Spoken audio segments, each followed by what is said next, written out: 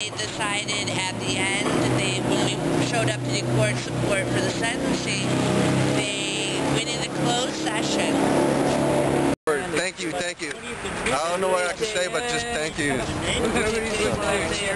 Huh? I want to say I'm keep it going after this. So, but thank you though, everybody. What I said. Huh? So you said 11 o'clock? I did. It's just, We'll start it off, and when the supervisor gets here, we'll just break for him.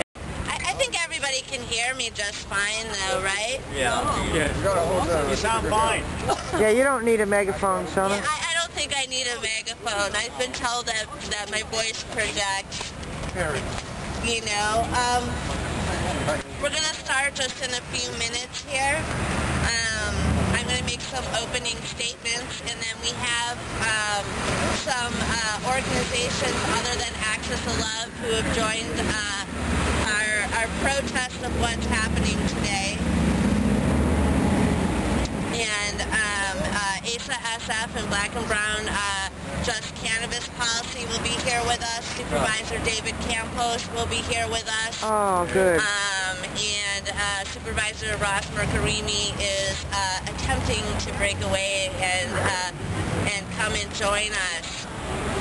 I guess the first thing that I really want to articulate as we begin this is that we have 15 states, which equals 30 senators, and we had mute, we had silence, and we have a policy direction from our Attorney General, Eric Holder, that stated that the federal policy did not want to waste federal resources on medical cannabis, raids, bus, and courtrooms. And if this isn't a waste of federal resources, I'm not sure what is. We have a nonviolent offender and whose only offense is distributing medical cannabis compassionately. And I can actually honestly speak directly about Van's compassion. After Champ closed, I was still running a low-income women's support group, and Van gave us a home in his dispensary and helped with a donation of compassion. And what compassion means is free medical cannabis to low-income patients, our elders, and veterans, and others living on a fixed income. And when we gather here today in sadness, but also in commitment, this is a political prisoner. This is someone who's going to be working from inside the prison system for medical cannabis and making sure that we do find some solution. There are 15 states, 30 senators, a progressive Democrat at the helm of our country. Why can we not come about a solution to the tax issue? It's been put into law that people who are seeking citizenship can put an escrow account aside to pay federal taxes. Why can't we cut and paste that and make something for medical cannabis providers? There's a way to do this reasonably, and that's one thing that we need to commit 30 months to as a community. Well, Van's serving 30 months for an ill-informed justice system and a cruel justice system. We all need to be working on that federal solution for the 15 medical cannabis states. This is the second time that I've surrendered a San Francisco provider to this building. We were here when Steph Landa was surrendered, and it's heartbreaking. It breaks up families.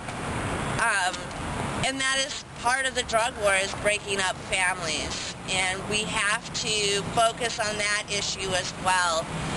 I'm going to have a few speakers speak, and I think we'll definitely let Van have the last word and give some time for patient advocates to give some words of strength to him before he turns himself into the federal authorities. This is a scary day for us. This is scary to turn yourself in when you've committed no crime. And one of the groups that has always been active regarding medical cannabis, and particularly in San Francisco, is Americans for Safe Access San Francisco. And I'm very happy to introduce my fellow patient advocate on the Medical Cannabis Task Force, Mr. David Goldman. Thank you, Shona. I want to reiterate the generosity that BAN has shown the medical cannabis community, in particular San Francisco ASA. In the early days of ASA, when ASA needed a place to meet, BAN provided the space. BAN and his dispensary at the time, Herbal Relief Center at 1545 Ocean Avenue, did a wonderful job in supporting the medical cannabis movement. Compassion was big on his mind in his work with our community.